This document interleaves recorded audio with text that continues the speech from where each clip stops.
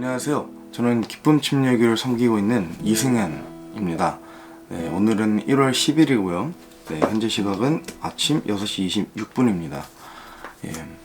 시작하기 전에요. 제가 어제 구장에서 정확히 짚지 못한 부분이 좀 있는 것 같아서 보충으로 조금 설명을 드리고 시작하려고 합니다. 지혜가 예수님이라는 부분인데요. 잠언에 등장하는 모든 지혜를 예수님이라고 단정할 수는 없습니다. 다만 어제 구장처럼 지혜가 인격적으로 드러나고 또 인격화 되어 있고 흔히 이제 의인화라고 하죠. 그렇게 되어 있고 또 문맥이 중요한데 이제 예수님의 구속 사역과 좀 이제 매칭이 되는 이제 그런 문맥일 때에 그 지혜가 예수님을 지칭한다라고 말씀을 드리고 싶었는데 제가 들어보니까 조금 설명이 부족했던 것 같아서 다시 말씀드리고요. 오늘은 아침을 여는 잠언 10일차입니다. 오늘 하루도 이 잠언 말씀을 묵상하면서 시작할 수 있게 해주신 하나님께 먼저 감사를 드립니다. 오늘은 10장 말씀을 함께 살펴보고 묵상하고 나누도록 하겠습니다. 잠언을요 크게 이제 세 가지로 나누는 신학자들의 견해가 있습니다. 1장부터 9장, 10장부터 29장, 그 다음에 아불과 르물 왕이 기록한 30장과 31장 이렇게 되고요. 이렇게 크게 이제 세 개로 구분하는 거죠. 그렇게 따지면 이제 그 중에 한 파트가 끝난 겁니다.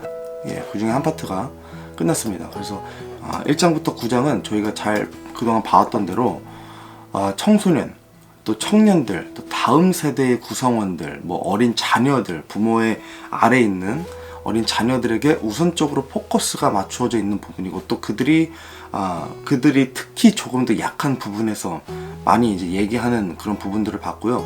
오늘부터 살펴볼 10장부터 31장까지는 스토리 형식보다는요. 이제 앞으로 보시면 아시겠지만 이 굉장히 간결하고 단편적으로 이 하나님의 지혜, 즉 그로 인한 책망들과 명령들이 단순하지만 명확하게 담겨져 있는 부분이라고 할 수 있습니다. 그래서 오늘 10장은 다른 하나의 장을 여는 도입 파트가 되는 셈인 겁니다. 뭐 특별히 또 구분되어 있는 건 아니지만 굳이 그렇게 나누자면 그렇게 되어 있습니다. 1절부터 보겠습니다. 제가 보니까요 요거를 저도 다른 영상을 보고 좀 참고를 한 건데 먼저 한 장의 구절을 다 읽는 게 괜찮다고 생각이 좀 들더라고요. 먼저 읽고 또 그 안에서 이렇게 나누고 그래서 한번 오늘 그렇게 한번 해보겠습니다. 한번 보시고 좀 의견 주시면 감사하겠습니다. 일단 제가 그럼 1절부터 쭉 읽겠습니다. 솔로몬의 잠언이라 지혜로운 아들은 아버지를 즐겁게 하나 어리석은 아들은 자기 어머니의 근심거리니라. 사악한 보물은 아무 유익도 끼치지 못하나 은은 죽음에서 구출하느니라. 주께서 의로운 자의 혼이 줄이는 것은 허락하지 아니하실 터이나 사악한 자들의 재산은 내던지시느니라. 손을 느리게 놀리는 자는 가난하게 되나 부지런한 자들의 손은 사람을 부하게 만드느니라.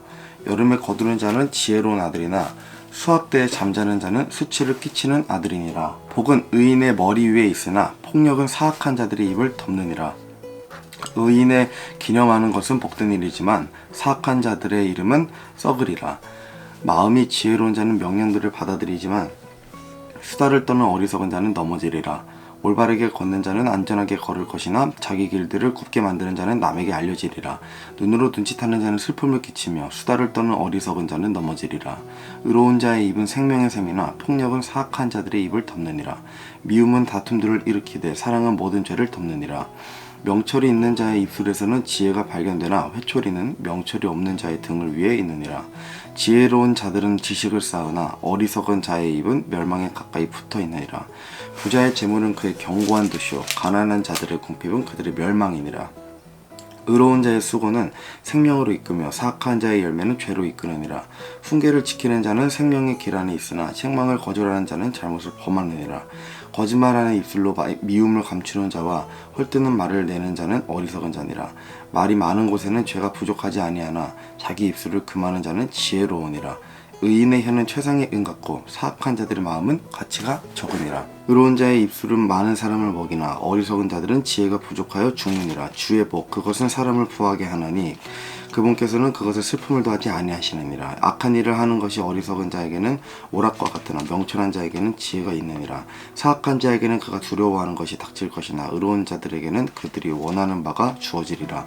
사악한 자는 회오리 바람이 지나가는 것 같이 더 이상 존재하지 아니하나 의로운 자는 영존하는 기초가 되느니라. 게으른 자는 그를 보내는 자들에게 마치 이의 식초 같고 눈의 연기 같으니라. 주를 두려워하는 것이 사람의 날들을 길게 하나 사악한 자들의 횟수는 단축되리라. 의로운 자들의 소망은 즐거움이 될 것이나 사악한 자들이 기대하는 것은 사라지리라. 주의 길은 올바른 자에게 힘이 되지만 불법을 행하는 자들에게는 멸망이 있으리라. 의로운 자는 결코 이동되지 아니할 것이나 사악한 자들은 땅에 거주하지 못하리라. 의인의 입은 지혜를 내놓으나 비뚤어진 혀는 끊어지리라. 의로운 자의 입술은 그분께서 받으실 만한 것을 알지만 사악한 자들의 입은 비뚤어진 것을 말하느니라. 네, 잠언 10장이었고요 1절부터 한번 보도록 하겠습니다. 솔로몬 왕의 잠언입니다. 확실히 이제 약간 다른 문체가 좀 보이시죠? 뭐 1장부터 9장도 당연히 솔로몬 왕의 잠언이었지만 이게 좀 문체라고 해야 되나요? 어떤 문투? 예, 이 글의 약간 이제 형식이 기존 장과는 조금 다릅니다. 뭐 특히 이제 구성도 그렇고요. 뭔가 딱딱 끊어서 각 절마다 이 고유적으로 얘기하는 바가 있습니다. 1절 보시면요, 솔로몬의 잠언이라 지혜로운 아들은 아버지를 즐겁게 하거니와 어리석은 아들은 자기 어머니의 근심거리니라. 예, 지혜로운 아들, 어리석은 아들이 나옵니다. 당연히 지혜로운 아들이 부모에게 효도해서 아버지가 즐거운 것은 아닙니다. 물론 그것도 아버지의 기쁨이지만 여기서는 이제 그걸 얘기하는 것은 아니겠죠. 그동안 많이 살펴봤듯이 이 지혜로운 아들, 이 지혜에 대해서요, 여기서는 이제 지혜가 속성으로 나타나고 있습니다. 그러니까 하나님을 두려워하는 사람인 거죠. 하나님 앞에, 그분의 완벽하시고 뛰어나심 앞에 엎드려 있는 사람을 얘기하는 겁니다. 반대로 어리석은 아들, 지혜가 없는 사람입니다. 즉 하나님을 두려워하지 않는 사람이죠. 이제 이런 사람은 하나님의 말씀, 어떤 책망을 듣고도 돌이키지 않고 또 어떤 그런 것들로부터 관심을 두지도 않고 무시하는 삶을, 또 그런 길을 걷는 사람이라고 살펴봤습니다. 그래서 지혜로운 아들, 어리석은 아들이 먼저 등장을 합니다. 3절입니다. 주께서 의로운 자의 혼이 줄이는 것은 허락하지 아니하실 터이나 사악한 자의 재산은 내던지시느니라. 의로운 자, 지혜로운 사람입니다. 그렇죠? 지금 교회 시대 또 은혜 시대에 적용하면 의로운 사람은 당연히 구원받은 사람을 얘기를 하는 겁니다. 그러니까 예수님을 개인의 구주로 영접한 사람, 예수 그리스도께서 나를 위해 행하신 일들을 믿음으로 받아들이는 사람인 거죠. 의로운 자의 혼이 줄이는 것을 허락하지 않으신다고 합니다. 이 말씀이요, 얼마나 많은 위로가 되고 또 평안이 되는지 이게 참 말로 다 형용할 수 없습니다. 왜냐면 이것은 영적으로나 또 육적으로나 필요한 모든 것을 채워주신다는 말씀이라서 그렇습니다. 그래서 이게 단순히 딱 한 부분만 얘기하는 것이라고 하기보다요, 이게 그렇잖아요. 이 영혼 육은 이게 정말 밀접하게 붙어 있기 때문에 이 굉장히 영향을 쉽게 받습니다. 서로가 서로에게요. 그래서 육이 지치면 혼도 지쳐버리는 그런 결과가 나오는 거죠. 그래서 또 육이 너무 완악하면 우리가 정말 성령을 억누르는 그런 일까지 하게 되는 겁니다. 바꿔 말하면 이 구절은 영육 간의 부족함 없이 시기에 맞게 또 때에 맞게 하나님께서 채워주신다는 말씀으로 볼 수 있을 것 같습니다. 8절 보시죠. 마음이 지혜로운 자는 명령들을 받아들이되 수다를 떠는 어리석은 자는 넘어지리로다. 지혜로운 자의 속성을 잠언은 계속해서 반복적으로 말해주고 있습니다. 하나님의 말씀에 순종하는 사람, 하나님 명령에 순종하는 사람이 곧 지혜로운 사람이다 라는 것이 어찌 보면 잠언의 제일 큰 주제 중 하나라고 해도 비약이 아닐 것이라 생각합니다. 중요한 것은요, 이 구절에서 지금 겸손과 교만에 대해 말하고 있다는 사실입니다. 물론 겸손과 교만에 대해서 직접적으로 단어가 또 용어가 언급되고 있지 않지만 이것을 지금 어리석은 자의 속성을 보면 지금 여기 수다를 떤다고 나오잖아요. 그러니까 지혜로운 사람은 자신이 얼마나 잘났고 얼마나 많은 지식이 있고 또 학식이 있는지에 대해서 얘기하지 않고 그저 조용할 뿐이라는 거죠. 그저 하나님 말씀에 순종하는 자세만을 가지고 있다는 겁니다. 반대로 어리석은 자는 수다를 떤다고 하죠. 수다는 잘못된 것이 아니죠. 굳이 뭐 얘기하자면, 그죠? 이게 뭐 죄라고 얘기할 수는 없잖아요. 단정해서. 그렇죠. 말하는 것이요. 근데 왜 넘어진다고 할까요? 첫 번째는 이 잠언에 쓰인 용례들을 한번 살펴보시면 이 수다에 대해 잠언이 지금 이렇게 얘기하고 있는 것을 알 수 있습니다. 한번 잘 들어보세요. 거짓된 말들, 꾸미는 말들, 상대방을 비웃는 말들, 지혜가 없는 말들, 행위가 없는 말들, 때와 상황에 맞지 않는 말들 등등 지금 이렇게 얘기하고 있습니다. 그러니까 물론 먼 문맥까지 이게 성경을 전체적으로 보면 더 많이 찾을 수 있겠지만 저는 일단 잠언에 나와 있을 때의 어떤 이런 용례들을 한번 좀 살펴봤을 때 이 잠언을 묵상도 하고 있잖아요 저희가. 그래서 잠언 안에서의 용례만 살펴봤었는데요. 그래서 이런 어리석은 자가 되지 않으려면 방금 말씀드린 그 말들을 조심해야 한다는 것으로도 볼 수 있는 거죠. 한번 더 읽어보겠습니다. 거짓된 말들, 꾸미는 말들, 상대방을 비웃는 말들, 지혜가 없는 말들, 행위가 없는 말들, 때와 상황에 맞지 않는 말들. 그렇습니다. 12절 또 보시면요. 미움은 다툼들 일으키되 사랑은 모든 죄를 덮느니라. 네, 사실 제가 오늘 정말 중요하게 보고 싶었던 부분이 바로 이 12절입니다. 다툼들을 일으키되 라는 표현이 먼저 등장하죠. 이게 한번 잘 보시면 복수형의 단어로 쓰였습니다. 그러니까 다툼이 아니라 다툼들입니다. 또한 일으키되도 진행형으로 나오죠. 완결형이 아니라. 그러니까 제가 이걸 왜 언급했냐면요. 지금 12절에서 지금 포인트는 미움이잖아요. 그죠? 미움과 사랑. 주어죠. 그러니까 지금 처음으로 등장하는 주어가 먼저 미움입니다. 미움, 핵심 단어. 근데 이 미움은 단수입니다. 미움들이 아니잖아요. 미움 하나가. 근데 다툼은 복수형으로 다툼들이라고 썼어요. 하나의 미움이 수많은 다툼들을 만들어낸다는 것을 얘기하고 있는 겁니다. 누군가에게 생긴 작은 미움의 씨앗이 결국에 걷잡을 수 없이 수백 개, 수천 개의 쓴뿌리로 자라게 된다는 거죠. 그러니까 이건 그 누구 대상에게 문제가 되는 게 아닙니다. 사실 인간관계 보면 그렇잖아요. 이게 안 보면 그만입니다. 사회생활 할 때도요. 그죠? 그 사람 그냥 무시하면 그만이에요. 그죠? 안 보면 그만인데 이 정말 중요한 문제는 사실 그 대상과의 문제가 아니라 하나님과의 문제가 있어요. 관계에서 문제가 되는 겁니다. 마음의 쓴뿌리가 정말 이미 자리 잡아서 뽑기도 어려울 만큼 어마어마하게 뿌리를 내려놨는데 이런 상태에서 하나님과의 관계가 말씀 안에서 올바르게 설 수 없을 거라고 저는 생각을 합니다. 그래서 누군가를 미워하는 마음을 애초부터 만들면 안 되는 거죠. 그 작은 미움의 씨앗 하나가 누군가를 미워하는 그 작은 마음 하나가 자칫하면 우리도 모르는 사이에 정말 어마어마하게 커져서 많은 쓴뿌리를 우리 안에 내리고 있다는 사실을 지금 12절에서 얘기하고 있습니다. 사울 왕이 다윗 왕에게 쓴뿌리가 있었죠. 이 사무엘기상 말씀을 읽어보시면 이제 어느 날 백성이 다윗을 더 높이기 시작합니다. 그죠? 근데 물론 그것은 하나님께서 허락하신 것도 하나님 섭리 안에서 다윗이 높여진 거죠. 근데 사울 왕이 그것으로 인해서 마음속에 작은 미움의 씨앗 하나를 품기 시작합니다. 하나가 심긴 거죠. 미움의 씨앗 하나가요. 결과는 사울 왕이 다윗 왕을 죽이려고 했어요. 죽이려고 시도했죠. 창을 던져서요. 그래서 이만큼 위험한 것이 이제 누군가를 미워하는 마음이라는 것을 배울 수 있습니다. 정말 상대방을 죽이고 싶은 마음이 들 정도로 사울 왕은 그랬잖아요. 악한 영을 받아들일 정도로 악해졌어요. 그래서 사람을 이렇게 만드는, 악하게 만드는 그 원인이 바로 미움의 씨앗이라는 겁니다. 시기, 질투 전부 같은 마음이에요. 미움은 하나만을 얘기하는 게 아니라 굉장히 많죠. 누군가를 시기하고 질투하는 마음도 당연히 미움과 같은 마음인 겁니다.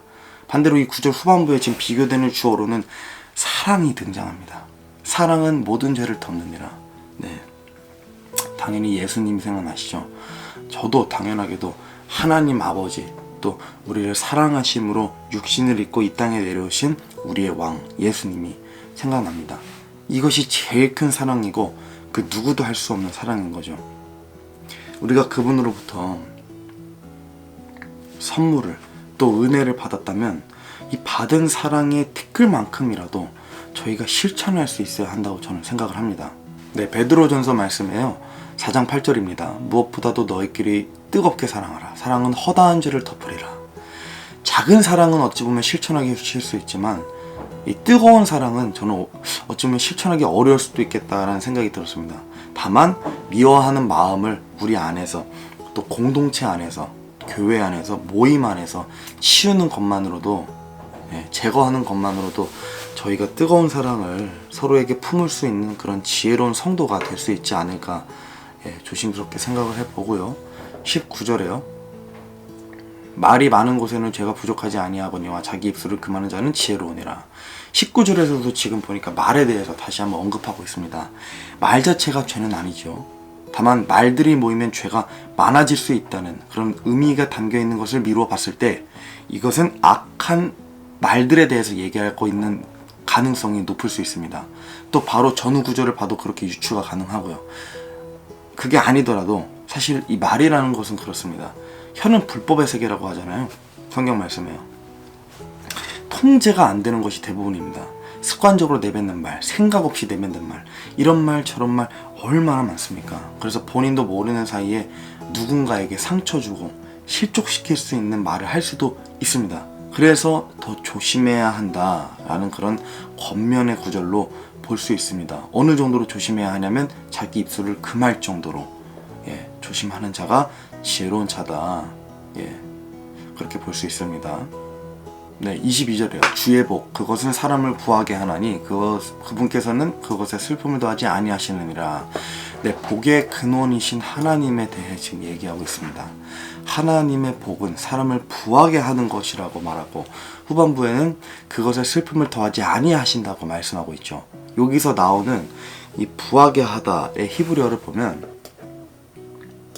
여기 보시면 아사르가 쓰였습니다.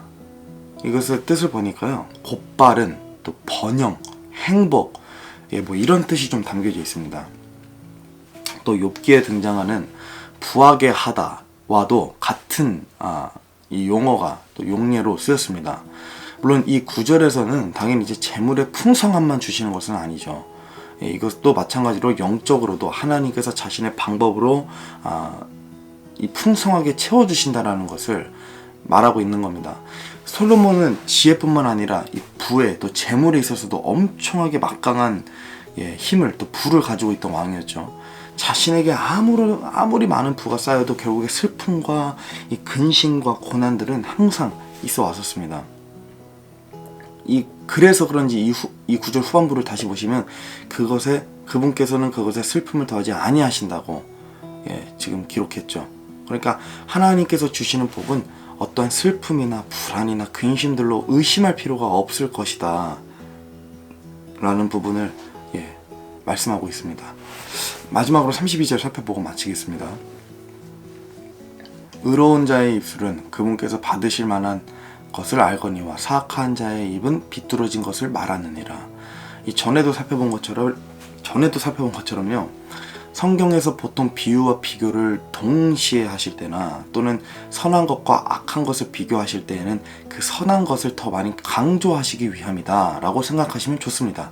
또는 이해하기 쉽게 비교하시는 부분도 있고요. 지금 32절에서는 또다시 말에 관하여 지금 얘기하고 있습니다. 의로운 자의 언어 생활, 사악한 자의 언어 생활이 지금 대조되어서 나타나고 있다는 것을 볼 수 있죠. 저는 이 구절을 묵상하면서 제 자신을 스스로 좀 돌이켜보는 그런 생각을 하게 되었습니다. 당연히 그리스도인은 하나님께서 받으실 만한 말들만 하는 것이 맞죠. 그럼에도 불구하고 저와 여러분 삶을 살펴보면 때때로는 우리가 하고 싶은 말들을 더 많이 하고 싶을 때가 있습니다. 실제로 더 많이 할 때가 있죠. 근데 지금 명확하게 나오는 것은 사악한 자가 비뚤어진 것을 말한다고 나옵니다. 그래서 오늘 하루 동안 저와 여러분이 혹시나 사악한 자가 할 법한 그런 말들을 하지는 않았나 한번 계속 이 구절을 상기하면서 생각해 보시는 하루가 되길 원하고요. 또 뿐만 아니라 그 안에서 나도 모르게 습관적으로 내뱉는 안 좋은 말들이나 나도 몰랐던 그런 안 좋은 언어 습관들을 한번 찾아보시는 시간이 오늘 하루 되시길 바라겠습니다. 그래서 자신의 언어 습관, 언어 생활에 대해서 생각해 보시고 정말 하나님께 합당한 언어 생활로 살고 있는가도 동시에 한번 생각해 보시는 그런 하루가 되시길 소망합니다. 예, 10장 이렇게 마무리하고요. 내일은 아침을 여는 잠언 11일차로 잠언 11장과 함께 다시 찾아뵙겠습니다. 예, 함께 해주셔서 감사하고요. 오늘도 주님 안에서 승리하시길 소망합니다. 감사합니다.